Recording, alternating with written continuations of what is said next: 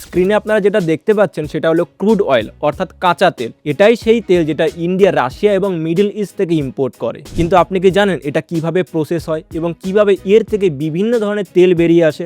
চলুন সহজভাবে বুঝি। প্রথমে ক্রুড অয়েলকে রিফাইনারিতে ধীরে ধীরে উত্তপ্ত করা হয়। হালকা জিনিসগুলো উপরে উঠতে থাকে এবং ভারী জিনিসগুলো নিচে জমতে থাকে এবং টেম্পারেচার বাড়ার সঙ্গে সঙ্গে বিভিন্ন কম্পোনেন্টস আলাদা আলাদা হয়ে বেরিয়ে আসে। যেমন 20 ডিগ্রি সেলসিয়াসে বেরিয়ে আসে রিফাইনারি এলপিজি গ্যাস, যেটা আমরা রান্নার জন্য ব্যবহার করি। তারপর টেম্পারেচার যখন 70 ডিগ্রিতে পৌঁছায় তখন বের হয় পেট্রোল, যেটা আমরা বাইক এবং গাড়িতে ব্যবহার করে থাকি। এরপর টেম্পারেচার বাড়তে বাড়তে যখন 120 ডিগ্রিতে পৌঁছায় তখন আমরা পাই ন্যাফথা, যেটা আমরা পেইন্ট এবং ড্রাই ক্লিনিংয়ে ব্যবহার করে থাকি। এরপর 200 ডিগ্রি টেম্পারেচারে পাওয়া যায় কেরোসিন, যেটা এরোপ্লেনে ব্যবহার হয়। তারপর 250 ডিগ্রি থেকে 270 ডিগ্রিতে বের হয় ডিজেল এবং ফিউল অয়েল, যেটা ট্রাক এবং ফ্যাক্টরি চালাতে ব্যবহৃত হয়। এরপর টেম্পারেচার বাড়িয়ে যখন 340 ডিগ্রি করা হয় তখন পাওয়া যায় লুব্রিকেটিং অয়েল, যেটা মেশিনে গ্রিস হিসাবে ব্যবহৃত হয়। এবং সবশেষে যেটা বাকি থাকে সেটা হলো বিটুমিন, যেটা রাস্তা তৈরিতে ব্যবহৃত হয়। অর্থাৎ একটা সিঙ্গেল ক্রুড অয়েলের ব্যারেল থেকে সমস্ত ধরনের তেল পাওয়া যাচ্ছে।